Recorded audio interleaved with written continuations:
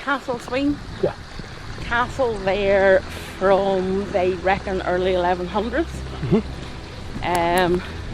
Dude called 𝕬𝖃𝖊𝖊. Oh, it's Sween.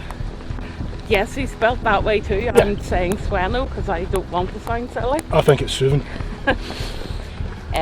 He built quite a pretty rough rectangular fortress, and everyone who lived in it subsequently, and believe me, there's some story about who lived in it, who didn't, who got thrown out, who was here, there and everywhere. They all added their own wee bit. Right.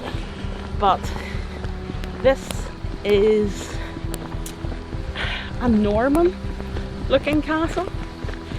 They believe Sweno was either Norse or Irish, but it's a very square, heavy set fortress of a place, and it is very unique in Scotland, this design. Yeah, I've not, certainly from looking at it from here, I've never seen one that shape.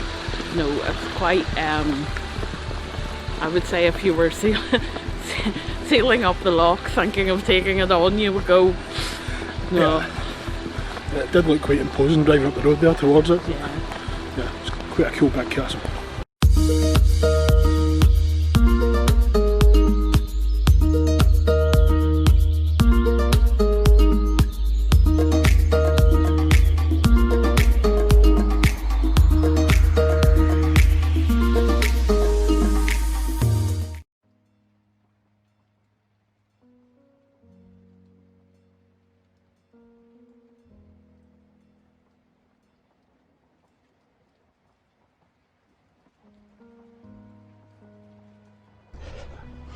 I know I've said this before today, but wow! Jesus, the size of this place.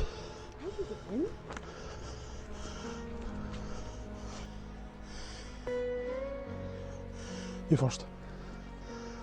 See, one thing for this castle, it doesn't look easy to break into.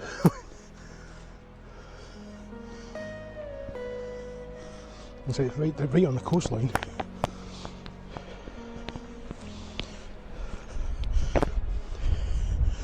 Yeah, I don't think you'd be scaling that in a hurry. Whoa. Giving me fear. Oh. I wonder if that's a shower. By the shitter, do you mean the toilet? The what? By the shitter, do you mean the toilet? Yeah. There is a tower in this castle and it was fully dedicated to latrines. Oh. I don't know whether the MacMillans and those before them and those after them possibly had 𝕾𝖊𝖊𝖊𝖊 syndrome. But they're dedicated entire tower, yeah. Yes. And this is actually the exit for the latrines. Oh, right. Randomly. I was going to say we'll go in that way, but no, we'll just... Randomly has never gone straight to the sea, Yeah, which is where you would expect. Yeah, there's like... Yes. No, this is Yeah. scoot shoot. Anyway, let's get inside.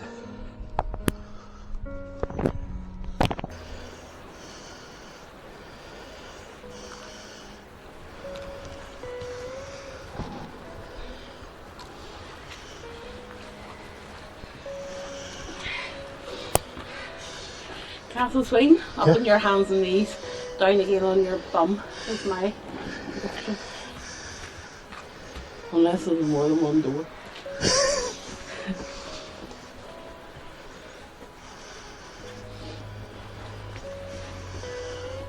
Oh wow. This is 𝕾𝖃𝖊𝖊𝖊𝖓 Castle, what's this? Yeah, this is all the front entrance.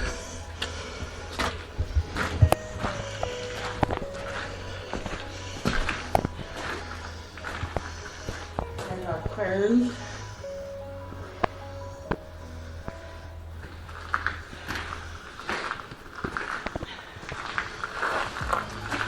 Oh wow. A bread oven. Big bread oven, there you go. This is where can you grab my torch? Let's look at it. Yeah, that's the bread oven with an empty beer can in it. Really? Huh? There's an empty beer can in the bread oven. Well, there is yeast in beer, so... Oh, I suppose, yeah.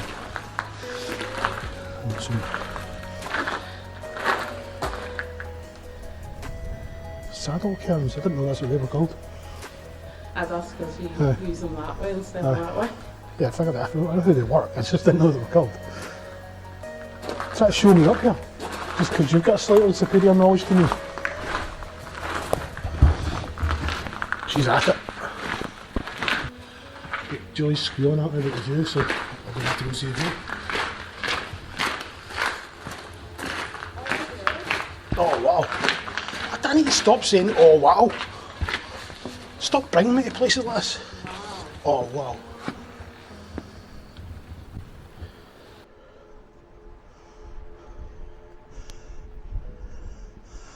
There's the well, obviously, because it says well on the wee sign. Yeah, apart from you going the back way. That's the easy way.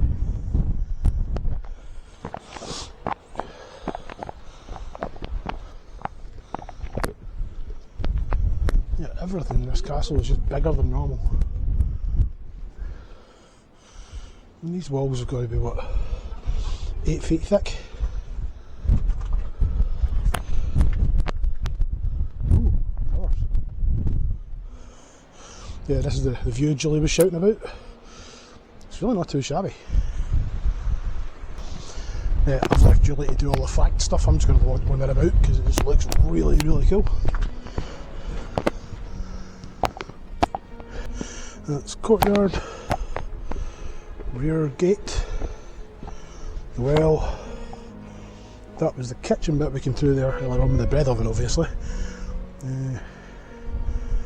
That was a rear gate we came through, actually the wee small gate we came in, we come up the hill, that's another rear gate.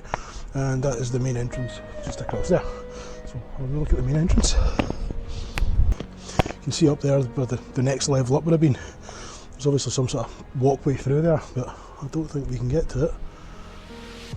I suppose with the 8-foot thick walls you can afford to put walkways. I mean, look at the width of this door at the front. Not the actual doorway itself, but the width of the brickwork.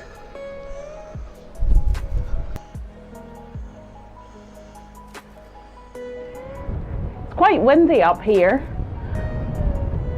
but Castle Sween has quite a commanding view down Loch Sween.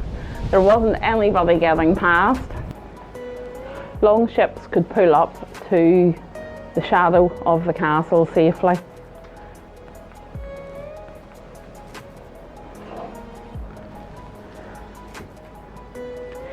As we said, Sweno was possibly Norse or Irish, but the presumption is that it was him started off the clan Macsween or Macsweeny and Sweeney and all the other derivatives that started off in this castle. In 1262, the Stuarts of Menteith took over the castle. They further fortified it and also built 2 towers. During the Wars of Independence, the Macsweens fought on the English side, really as a barter to get their lands back. They came and besieged the castle, but it was short-lived. Robert the Bruce came and besieged it back, took the lands off them and gifted it to 𝕾𝖊𝖊𝖊, who was a MacDonald.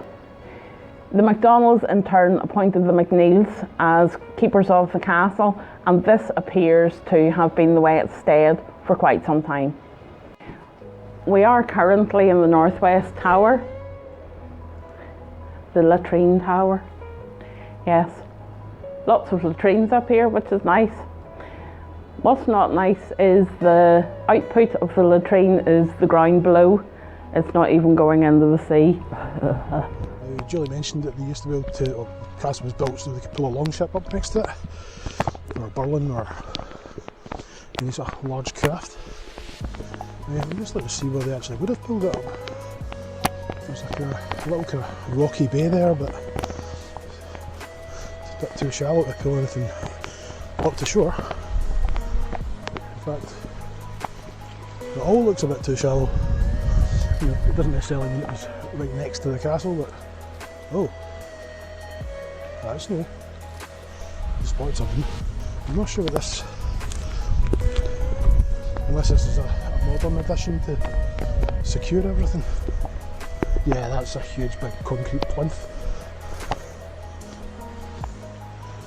You've just decorated it so it looks tidier. Ah, I wonder if that's the original stonework up there. They're actually bridging that gap between these rocks.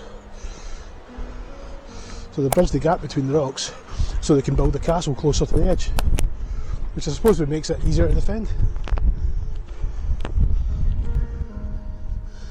As with most of the castles and duns and forts in Scotland, when they fell into disuse, the stonework was all reclaimed and used to build, you know, homes, barns, stables and sheepfolds and fences and such like. Which is why, unfortunately, an awful lot of the places we go look more ruined than they actually should be. You know, the parts that haven't been touched are still standing. The parts that are missing are the parts that have been stolen to build houses.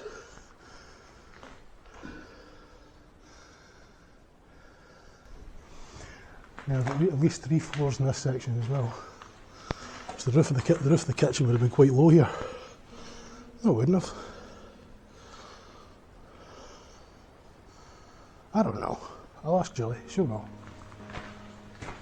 And this would be another latrine. Yeah, I think somebody must have had bowel problems that lived here.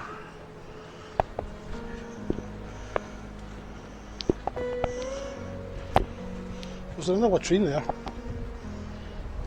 Say there was a wee bit of a toilet fixation in this castle, I have to say. Yeah. Yeah. Yeah, just to give you an idea of scale, there's Julie standing in the doorway. As I mentioned before, Julie's 6'3". Just for a bit of perspective there. Hector MacNeil died in 1450. His daughter Erca married Alexander MacMillan, of whom the cross we saw earlier is named after. They were responsible for building the northwest tower that we were up there, the latrine tower. I don't know why they needed so many toilets. It's a fantastic big castle, but I don't think it's that big a castle to require that many loos. Pardon? That's also the latrine tower. No, but it says the latrine tower and that one up there too. MacDonald of the Isles was stripped of his lands in the 1470s by King James III of Scotland. In 1647, MacCulloch, who was sort of the Irish arm of the MacDonalds, came and attacked the castle in the Battle of the Three Kingdoms. The castle was badly damaged and it was never used as a military base after that. Despite the tower not being used anymore for military use, it was used for a purpose. Archaeologists have dug the area and found that there was industrial use in the castle. They have found kilns and forges, so there was obviously a lot of work being done within these walls. This area where we have kitchens and what looks to be a ready-to-be-worked bread oven is the MacMillan Tower that Erca and her husband built. Just noticed a wee sign there saying that there's a water inlet on the side here, and looking at the torch, you see it in there. That's quite cool.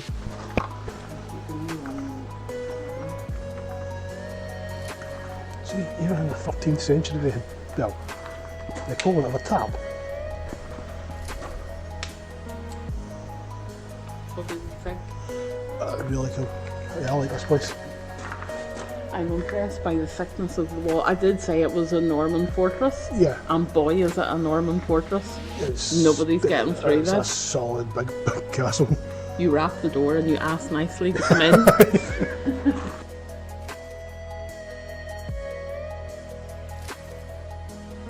Yeah, I think we'll take the easy option to get back out.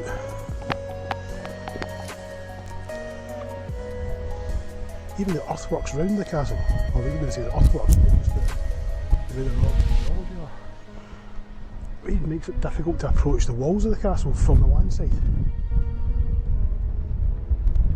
Yeah, that's a pretty good spot for a castle. Well done, Susan. Good choice.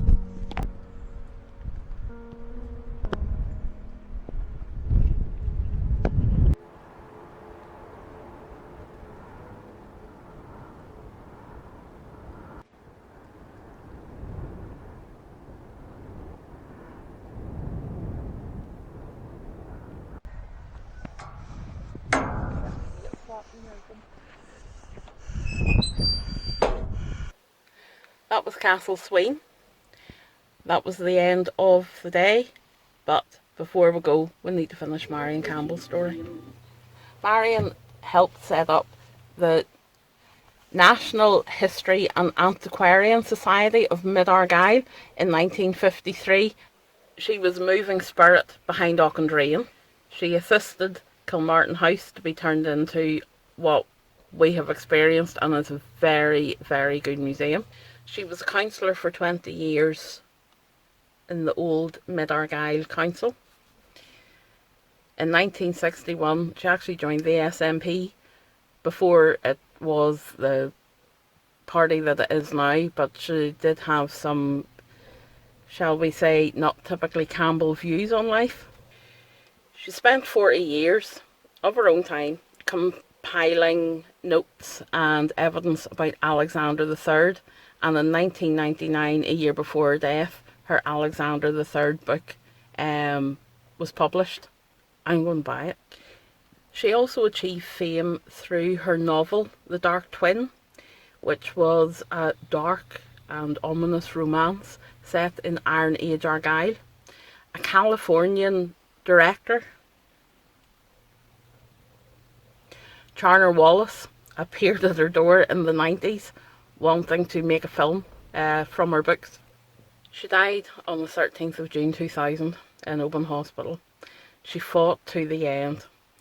There is a story that a couple of days before her death, she heard a conversation in the ward that someone was quizzing when the Ballymenic stone would have fallen over, that no one knew when the standing stone had fallen. And she quipped through her oxygen mask and said, "That stone fell in 1943. It was during a storm and a Shetland pony had been leaning on it and it nearly scared the life out of it." All in all, she was quite an amazing woman. She and Mary were the first two to properly document all the archaeology in Kilmartin. She pushed for museums and she pushed for learning, and she herself was an amazing writer. And that is her story, and that is why she's my poster girl. I think Marion Campbell is quite an amazing person.